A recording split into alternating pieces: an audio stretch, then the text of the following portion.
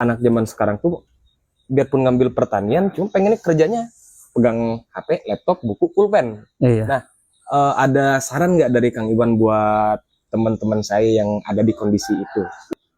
Oke, assalamualaikum warahmatullahi wabarakatuh Baraya, dimanapun berada. Kali ini tim Nuansa Desa sudah berada di kediamannya Kang Iwan selaku tokoh petani di Desa Bentar. Nah, tadi kita udah lihat-lihat kebunnya yang di Ciputih deket daerah Sondai, dan luar biasa banget ya. Dan di sini kita bakal coba ulas lagi keresahan kita sebagai orang yang hidup di desa, bagaimana sih clue-nya, peraturannya, ataupun rahasianya biar bisa membuat produk pertanian yang begitu sehat ini. Oke, di sini kita udah bareng sama Kang Iwan. Assalamualaikum Kang Iwan. Waalaikumsalam. Selamat pagi. Gimana kabarnya? Alhamdulillah sehat walafiat, luar biasa. Oke, jadi Kang Iwan ini udah mulai ngulik pertanian ini dari kapan Kang Iwan?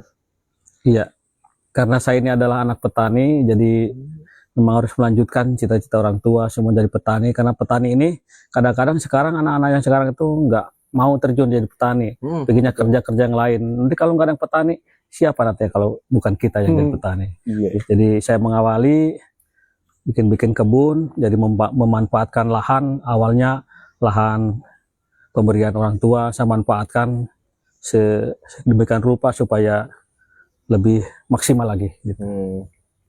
Dari Kang Iwan sendiri pernah mendapatkan pendidikan seputar pertanian atau yang ada di sini semuanya diolah dengan Kang Iwan belajar otodidak atau gimana? Ya, saya belajar otodidak, jadi belajar dengan teman-teman langsung ke lapangan gitu ya. Karena memang basic saya itu sebenarnya bukan bertani ya. Basic saya adalah bisnis gitu ya. Saya mau sekolahnya juga di sekolah bisnis juga. Jadi untuk pertanian ini saya belajar otodidak langsung terjun di lapangan bersama teman-teman yang lain. Jadi bagaimana cara untuk menjadi petani yang lebih baik lagi. Berarti dari eksperimen sendiri itu dari awal sampai banyak percobaan. Jadi mulai dari pemupukan terus pengawinan bibit itu diulik sendiri. Iya. Dari awal itu kita berarti mempersiapkan lahan. Jadi untuk menanam tanaman ini memang memerlukan lahan yang sehat.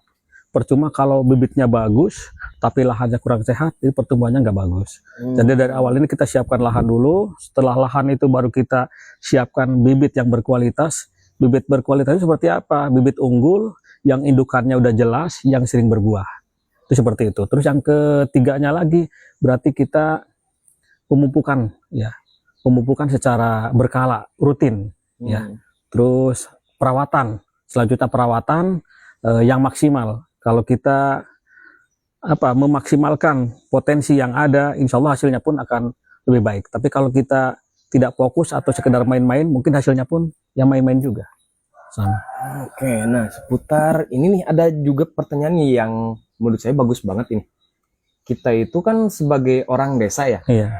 Kita udah bersinggungan dengan petani-petani lokal itu udah sering, dan ada peribahasa kayak gini. Bertani itu hanya seni hidup dari orang-orang desa. Nah, Kang Iwan setuju nggak buat itu? Ya, awalnya orang-orang bertani itu kebanyakan karena turun-temurun dari orang tua. Padahal kalau kita ingin lebih baik lagi hasilnya, kita banyak belajar supaya hasilnya itu dengan yang biasa dikelola orang zaman-zaman dahulu itu lebih baik lagi, karena petani milenial itu lebih belajar lebih baik lagi supaya hasilnya bisa lebih maksimal dari yang sebelum-sebelumnya gitu. Jadi fokus, jangan sampai kita di pertanian ini sekedar daripada nganggur atau cuma melanjutkan pekerjaan orang tua, tapi kita memang harus terjun totalitas supaya memang optimal seperti itu. Dan gini Kang Iwan, sebenarnya di Salem itu banyak juga anak muda yang sekolah di jenjang selanjutnya yang ngambil pertanian gitu ya. Itu banyak banget di daerah kita. Cuman anak-anak zaman sekarang tuh biarpun ngambil pertanian cuma pengennya kerjanya pegang HP, laptop, buku, pulpen. Nah, ada saran nggak dari Kang Iwan buat teman-teman saya yang ada di kondisi itu? Jadi untuk pertanian ini sendiri memang harus berawal dari diri kita, bahwa kita hobi, dari hobi, dari senang. Ya, kalau kita sudah senang dengan pekerjaan itu, insya Allah maksimal nanti kita akan mengolah. Tapi kalau sekedarnya kita sekolah, yang penting saya sekolah, dapat ijazah, nanti kerjanya malah tidak sesuai dengan bidangnya, ya lebih berat lagi malah, lebih berat lagi. Jadi diawali dengan hobi, kita dengan senang dengan tanam-tanaman, ya tanamannya pun nanti hasilnya lebih baik lagi, seperti itu. Oke, nah gitu teman-teman ya. Jadi bertani itu penting, bukan hanya sekedar seni bertahan hidup orang-orang desa, Bukan, dan juga bukan hanya pelarian dari bukan. pendidikan. Iya, Terjun ke dunia kerja belum sanggup iya. dan terus melanjutkan pendidikan, tapi nggak tahu pendidikannya itu buat apa. Nah, dan ini juga kita tadi lihat banyak banget tanaman-tanamannya. Iya, ini ada anggur. Ini anggur saya itu grafting sendiri. Anggur saya nyambung sendiri. Anggur yang lokalnya itu dari bawahnya itu, rostok bawah itu anggur lokal. Saya sambung dengan anggur impor. Jadi hasilnya nanti anggur impor besar-besar itu, bagus manis. Karena anggur lokal ini kecut rasanya. Tapi anggur lokal ini sudah tahan di tanah yang ada di Indonesia. Jadi memang anggur lokal ini bagusnya untuk rostok bawah. Jadi tujuan pengawinannya biar dapat daya tahan sama kualitas rasa. Iya, itu saya tadi udah nyambung, udah mulai semprot anggur yang lokal dengan anggur yang impor itu tadi. Ini juga nih di Salem ini saya baru pertama kali lihat pohon black sapote. Iya, black sapote. Keren banget ini. Ini sudah berbuah, ini kita sudah menikmati. Sekarang lagi ada bunganya itu.